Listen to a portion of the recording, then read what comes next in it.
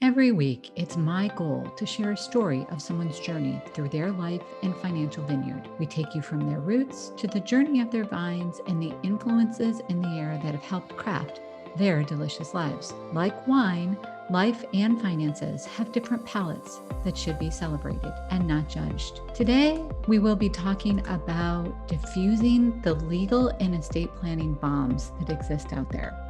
That's right, you're stuck with just me today. But I'm talking about a very hot topic, I guess, because this year we have really been talking to people about their estate plan and the importance of their estate plan. It's important to make sure that we have these documents updated. And I know it's not a fun conversation.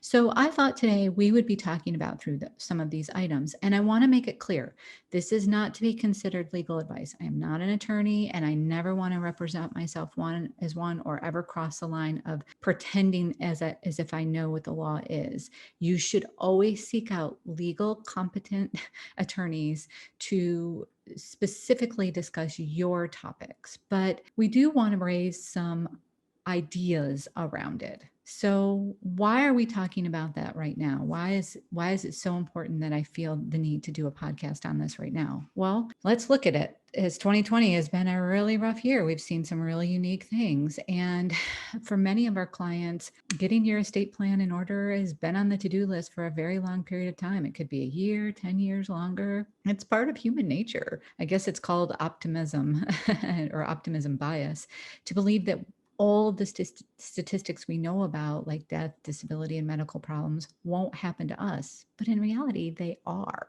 and they will. And so we should be aware of what's going on. 7 out of 10 family units will have a crisis within a 10-year period. That's 70% of the population. So we're talking about some of the documents today that will help look at those crises and the typical legal documents that are required, like medical issues, disability, and death.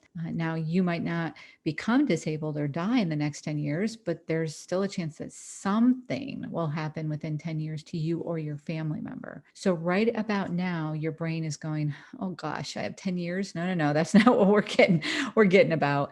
Really, we just want you to remember those are statistics. In years, that's something that could actually happen tomorrow. So why did I say that? Why did I say tomorrow? But I'm not ready. Is that what a lot of you are thinking? I'll tell you, over the course of my career, I've done plenty of, unfortunately, deathbed planning. It's not something I enjoy at all, and it's not something the family enjoys. I've worked with caretakers who have to spend money that nobody has anymore to go to court to get legal stuff straightened out.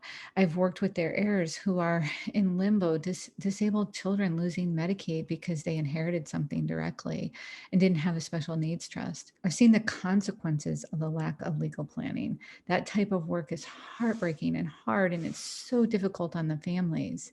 In these situations, people have a few options, and most of them are bad. In other words, I've seen many problems that could have been avoided with a maximum of 5 hours of work on part of the family, intentionally looking at that sort of things. It then takes a couple of hours every 3 to 4 years or a few $100s to maintain it. We think it's so worth it to invest in yourself that way. People use cost as a reason as to why they haven't had it done, but when we run our analysis, it really is so worth it, especially when you look at it over the period of time that the documents are generally good for. Doing that work and paying that money will save heartache. More money will be spent, and 50 times more of the hours will be spent to solve the problems that come up when planning isn't done. People will take that much time and energy just fixing a small leak in their house because they know letting it go could cost them their entire home. So think of legal documents like a little leak or maybe a big time bomb. The picture that I'm showing for those that are watching the video versus listening to the podcast, it shows a picture of a time bomb sitting there. And the rules in financial planning and risk management that go along with that are saving something from being catastrophic. So we always look at something like this as really important, even though people don't really enjoy talking about it. And they don't think of legal work as catastrophic, but the results can absolutely be. If you have a health insurance issue, you have a health issue, you really need to make sure that you have your interests clear. So I want to dive in a little bit further to some of these concepts. So situations that may require legal documents, well, obviously, if you're looking at thinking of wills that need in case of death, but there are many more other events that legal documents are needed during your time. So you and your spouse, here's an example, right? You and your spouse were both in a car accident and you couldn't pay your medical bills. Who has access to your checking account? Who can sign the insurance forms? Who can authorize treatment? What if a house was in the middle of being sold? Who can sign for you? In other words, if you can't, for some reason, manage your financial affairs, what would happen? It takes a few weeks to get several months of information gathered together, right? So it could go to court. It could have a legal guardian appointed who could address your financial affairs. Finally, the doctors would have to be willing to testify that you aren't competent now and wouldn't be in the future. In the meantime, everything is piling up: bills and insurance, authorization for repairs. They're all left accumulating because there's nobody there to make decisions. And it could be things like, electricity or water cutoff, late fees could accumulate.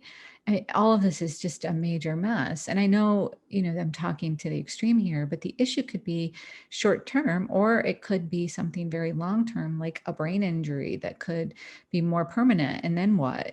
All of that you have to go through. If you're single or if you're married, but something happens to your spouse, what would happen to you and your financial situation without somebody being authorized to handle your finances? The thinking of an airplane that's modeled on the screen here that I'm doing the presentation for is because, there's always something that could happen. And I think this year is a particular situation where people couldn't get back into country for several weeks because of where they were when everything shut down around coronavirus. And that leads to so much that could be going on, that, finances, and what if something happens with regards to your backup person? Do you have somebody that's appointed that is a backup to the initial person that you're appointing? I mean, these are all situations that actually happen. People wanted to help. If we actually had somebody that was stuck out of the country and people wanted to help, but no one could because they didn't have the authorization. They were unable to do it. There was no backup in the plan. So they didn't have somebody that could actually come in and pay the bills. And there wasn't somebody that they could lean on in that way. And we think of things like, what if you had a house fire? Because you not only let's say you have the documents or you need the documents, but do you have them available in a cloud if you had to recreate them? So that's another risk that we would want to be thinking about or considering. And those required legal documents need to have a backup place as well. Now, a lot of times the attorneys will keep the originals, but it's really important for you to have them available in the cloud, in our opinion, somewhere, or someplace where you would have access to it, just in case there's ever kind of a situation where your house is on fire, or God forbid, or there's a flood situation.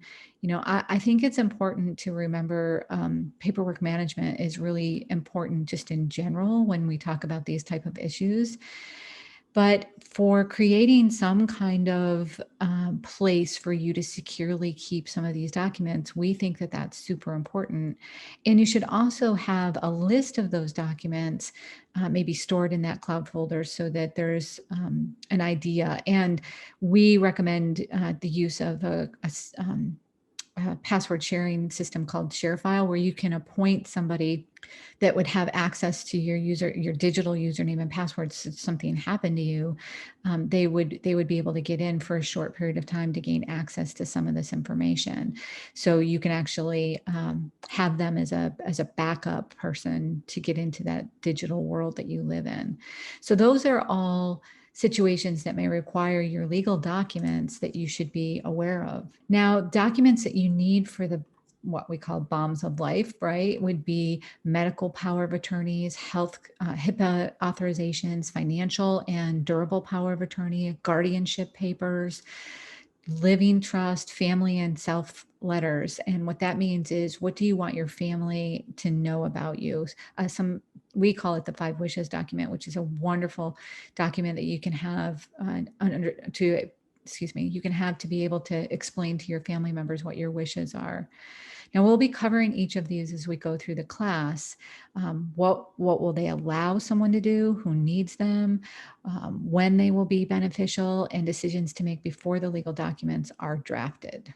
So what's a medical power of attorney? It allows someone to make medical decisions on your behalf when you can't. Who needs this? Everybody over the age of 18 should have one. Well, everyone 18 and older, I should say, because the day a child turns 18, you as a parent have no legal authority. As we go through this presentation in this discussion, make some notes, please. If you're listening to this on the podcast, you can always flag this and come back to it. But how about your parents or in-laws? Do they have this document? Do children have this document? Does somebody in the family have this document? It could be your best friend or a spouse. You need to think about a list of people that are most important to you that don't have this, and think about how impacted you would be if something happened to them and there wasn't anybody available to make those medical decisions on them. Put that in perspective and then think about what you should do. So there are so many reasons you need to have this, and it's really about making the best decision and who will do that for you. So it's super important to talk about the decisions. You need to decide who is going to be your primary medical power, and then appoint, as I mentioned earlier, a secondary. So I think it doesn't have anything to do with who's the oldest. It has to do with who will make the decision. And the reason that I said that is because so many people say, well, my oldest sibling or oldest child is in charge of that. Well, if you don't have children, then you've got to think about, well, who would be willing to do this? So you're talking about, usually if you're a married couple, it's the spouse is the primary, but then who would be the backup person? There's a website called powerofattorney.com for which you can create or download a free power of attorney form. But we really strongly recommend that you work with an actual attorney that would draft this for you. And you want to list some restrictions and rights. And I think having somebody talk you through that is pretty important. The next document is a HIPAA authorization. So HIPAA gives the family members or friends the right to medical information. This is one of the few documents that actually carries on beyond your life. Which is really important because, again, if you sometimes can't make those decisions if you don't have all of the information. So this document would actually allow you to get very specific information about, or allow somebody to get very specific information about you so that they can make really good decisions about your medical care. And again, this document is the things that you want to be thinking about is who and what do you want them to know. It can be broad, it can be very narrow. So again, working with an attorney to come up with that language we think is important. Now, your financial and durable power of attorney form, that authorizes an individual to act on behalf of your financial needs. So this is anyone who has financial assets or responsibility really needs this. And you're doing things around like real property transactions, such as selling a house or renting it. You're talking about personal property transactions, such as selling everything that you own in a garage sale. It also is about selling securities and moving money around, and some cases changing beneficiaries if the power of attorney allows for that. It also allows access to banking and other financial institutions. So it's really important that you trust the person that you're assigning for the power of attorney, the durable power of attorney especially. And pretty much everyone over the age of 17 probably should have this. So, I think it's important to talk about. I know a lot of people think, an 18-year-old probably doesn't need this, but you never know. It's pretty important, and it can be used when somebody's incapacitated, unavailable. Your child could be in a different state and a document needs to be signed, or your spouse could be in a different state and a document needs to be signed. It's also something that could be used under diminished mental capacity, something that, as your parents age or your husband or wife have some issues. It's really important to have this document to be used for this purpose. So you really want to have, your first person, like if you're married, sometimes it's, a lot of times it's the spouse, and then you want to have a second and third. And when it comes to power of attorney, there's terms that you should talk to your attorney about that are around temporary and or springing durable power of attorney, and all encompassing or limited. And it can be somewhat state specific. So these are documents that if you relocate, you should talk to a local attorney or an attorney in that state. Now, guardianship is another important term that we want a lot of people to be thinking about, but guardianship gives someone other than the parents the right to make decisions about their child. And certainly we think that everybody that has children should appoint somebody in case that something happens to them. There is a person that could take on guardianship. Who do you want to make decisions, and what are the limitations, timeframes, issues, school, health, all of those kinds of things are really important. Another document that's important is a living trust. Now, not everybody needs one of these, okay? So living trust is something you create while you're alive. You put most of your assets in the trust. So in other words, your assets might say, the trust name, but you still have complete use of these. So the assets are owned by the trust, not you technically, but a living trust is something that you still have all the access to. And a lot of times it's a way for people to ultimately say how they want their assets to go versus a will. So the benefits of a living trust can be centered around two areas. The first one being privacy, because it's not probated, and the only the trustee and anyone else you deem to have rights to know about it will actually know the details. It could be a situation, do you have a child nobody knows about? I know that sounds really crazy, but I wouldn't be saying this unless it's a situation that we've seen, but that they want taken care of, but don't want the rest of the family to know. A living trust can actually be the answer. We don't suggest that for that particular reason, but it also could be a situation where you have property in multiple states and you don't want to probate in multiple states. So you put assets in a living trust for that particular reason. It also could be a situation where you have family members that are relatively young and you don't want them to manage the assets yet. Or it could be the opposite. It could be a situation where you have family members that are developing maybe mental capacity issues and want it to be easy for the heirs to kind of take over the care and complexities that would happen when the individual passes away. And again, it could be just to keep things very simple and easy when assets need to be distributed, when they need to be distributed, whatever's left over. And it could be cases of disability. I mean, a trust language could say what happens around that. And I suppose, like I said, not everyone needs a living trust. I know it's something that's used a lot with the older crowd, I guess you want to say, but it is something that you might want to consider if you just have some complexities in life, just in general. So the Dear Me and family and self letters, what I called the 5 wishes, as well as a final second set of documents that they're actually not legal documents per se, but they're personal letters to your family. So it could be things that you just want other people to know about you. And I suppose you could call it legacy. So it puts in writing what is really in your heart and mind. And anyone who thinks that the legal documents won't express those thoughts could benefit from using these.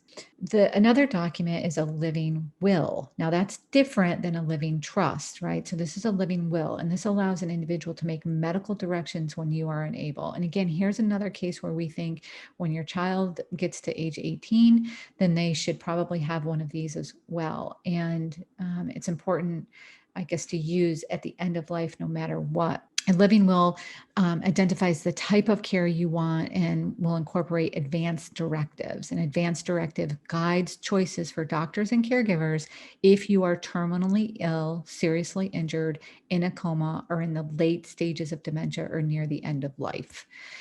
We hope that this isn't something that you need relatively soon, but you can get the medical care you want, avoid unnecessary suffering, and relieve caregivers of really important decision-making burdens during the moments of grief and crisis. You can also help reduce confusion or disagreements about the choices you want. Within the family members. So this is one of those documents that I think is really important to make sure that it's clear what kind of care you actually want in those final stages. Wills and testamentary trusts are another document, and they explain how to distribute your assets upon your death and when. And we believe that everyone who wants something different than what the state laws require should do a will. So what does a will do? It explains how to distribute your assets upon your death. And like I said, when. It also distributes or establishes guardianship. We already talked about that a few moments ago. If you have minor child, while it's unlikely both parents die in any kind of accident, it is possible. And so it's important to have that information in there.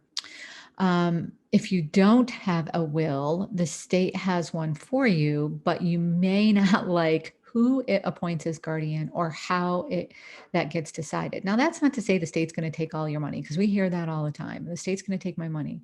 It's not that. It's just that somebody is going to have to step in and actually probate your estate. And it's really important to have an idea. I mean, there is intestate that happens, right? So it's going to follow whatever the state law is that you pass away in. So it's important to have that information in writing. And again, you want to have generally a trustee and a executor listed, and then a backup, right? A successor who gets what the restrictions are. Requirements can be distributed outright or to go into testamentary trust and distributed according to your rules. So it's important that they're aware of that. We also want to talk about the funeral arrangements or funeral plans. This puts in writing what is already in your heart and mind. And again, takes it away from the family to have to make those decisions.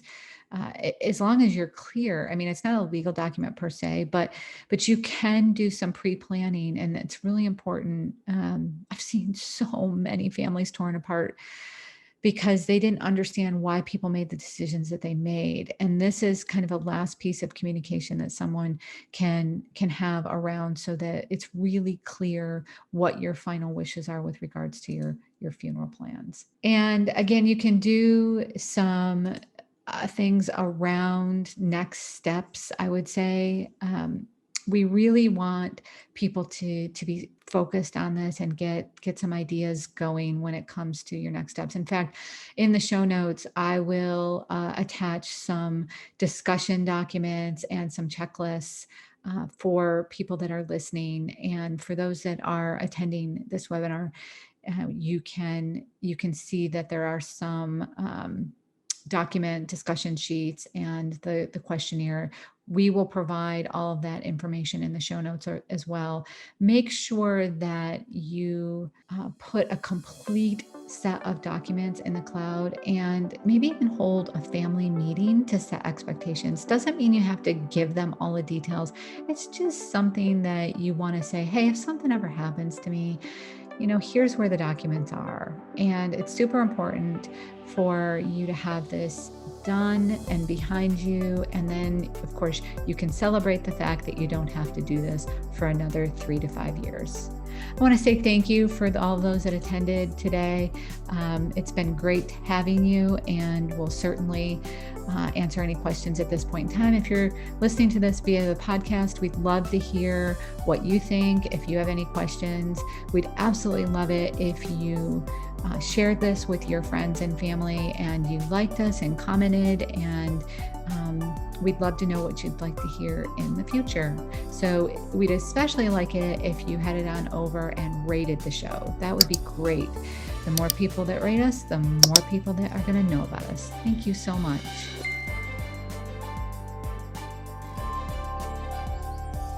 And that will about do it for today's episode of Wine and Dime. You can contact Amy through the website, www.rootedpg.com, or amy@rootedpg.com. You can also follow us on Facebook and Instagram @rootedpg for the latest news. And if you have any questions, comments, or topics you would like to hear about, feel free to let us know. And don't forget to rate and subscribe the show wherever you get your podcasts. And again, thank you for listening, and be sure to tune in next time.